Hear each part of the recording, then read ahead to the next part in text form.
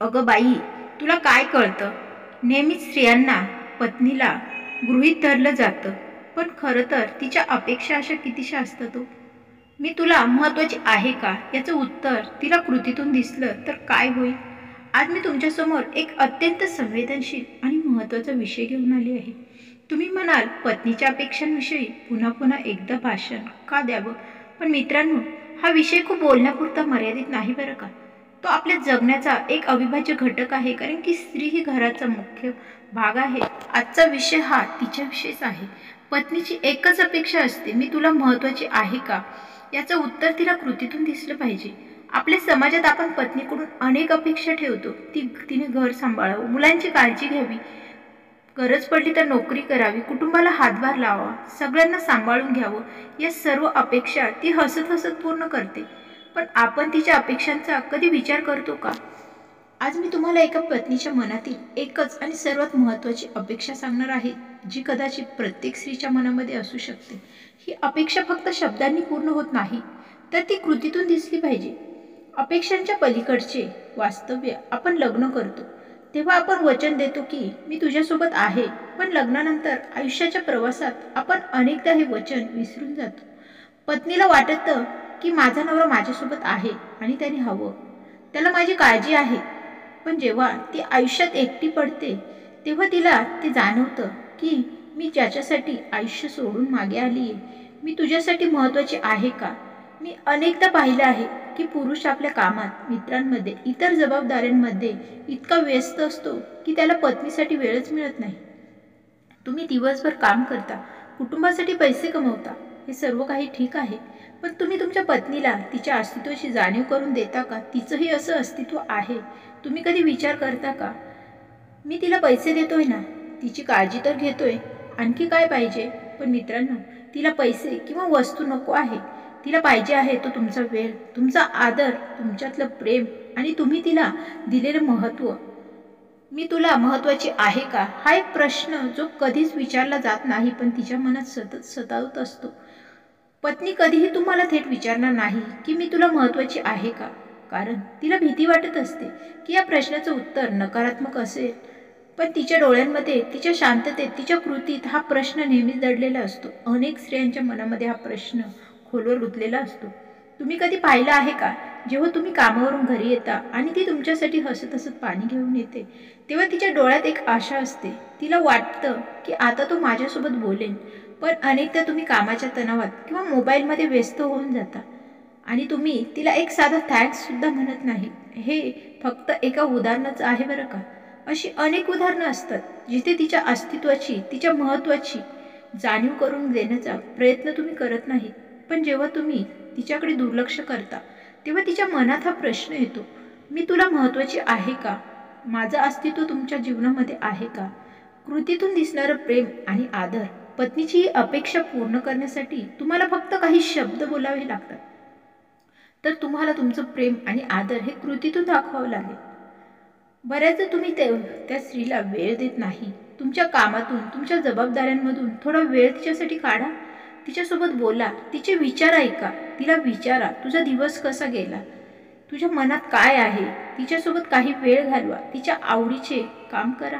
हे फक्त 15-20 मिनिटं असू शकतं, पण ते तिच्यासाठी खूप महत्त्वाचं आहे. तिच्या कामाची प्रशंसा करा. ती तुमच्यासाठी जे काही करते, मग ते जेवण बनवणं असो, घर स्वच्छ ठेवणं असो किंवा मुलांची काळजी घेणं असो, त्या कामाची प्रशंसा करा. तिला गृहीत धरू नका. जेवण खूप छान झालंय, आज तू खूप सुंदर दिसतेस, तुझं घर खूप छान सांभाळतेस तू. अशा साध्या शब्दांनी तिच्या चेहऱ्यावर हसू येईल आणि तिला वाटेल की मी या कुटुंबासाठी जे काही करते आहे त्याची कोणाला तरी जाणीव आहे, त्याला महत्त्व आहे. तिच्या स्वप्नांना पाठिंबा द्या. तिची देखील काही स्वप्न असू शकतात. पती पत्नीच्या नात्यात दोघांचीही स्वप्न ही खूप महत्त्वाची असतात. अनेकदा आपण आपल्या स्वप्नांच्या मागे धावतो, पण पत्नीच्या स्वप्नांना गृहीत धरतो. तिच्या स्वप्नांना पाठिंबा द्या. तिला सांगा, तू तुझ्या स्वप्नांना मागे धाव, स्वप्नांच्या मागे धाव, ते मागे सोडू नको. मी तुझ्यासोबत आहे, तुला जे हवं ते तू कर. लहान सहान गोष्टींची काळजी घ्या.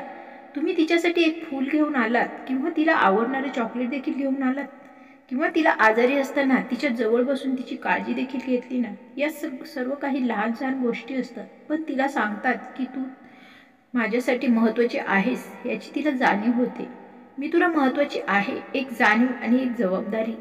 मित्रांनो, पत्नीला तुम्ही तुमच्या आयुष्यात सर्वात महत्त्वाचे आहात याची जाणीव करून देणं ही फक्त तुमची जबाबदारी नाही, तर तुमच्या सुखी आयुष्यासाठी ते आवश्यक देखील आहेत.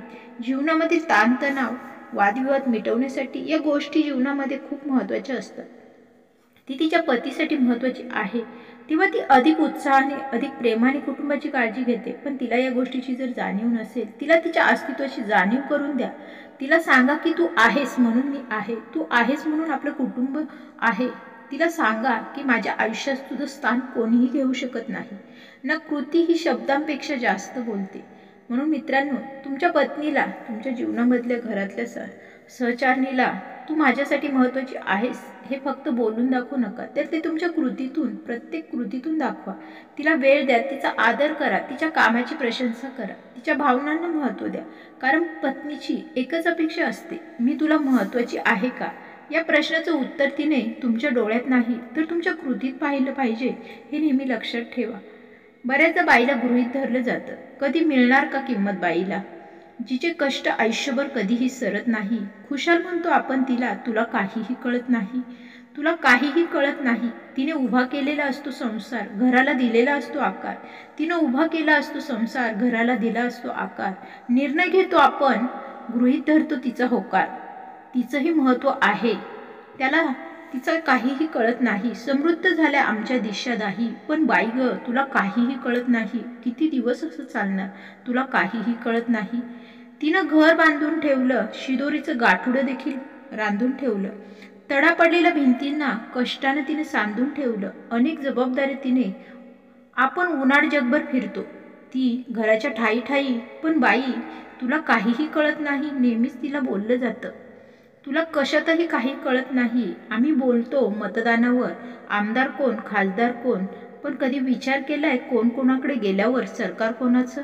आपल्या खळगीसाठी ती तव्यावर भाकरी फिरवून स्वतः उपाशी राहते आणि आपल्याला पोटभर देते. पण बाई ग तुला कशातलं काहीही कळत नाही.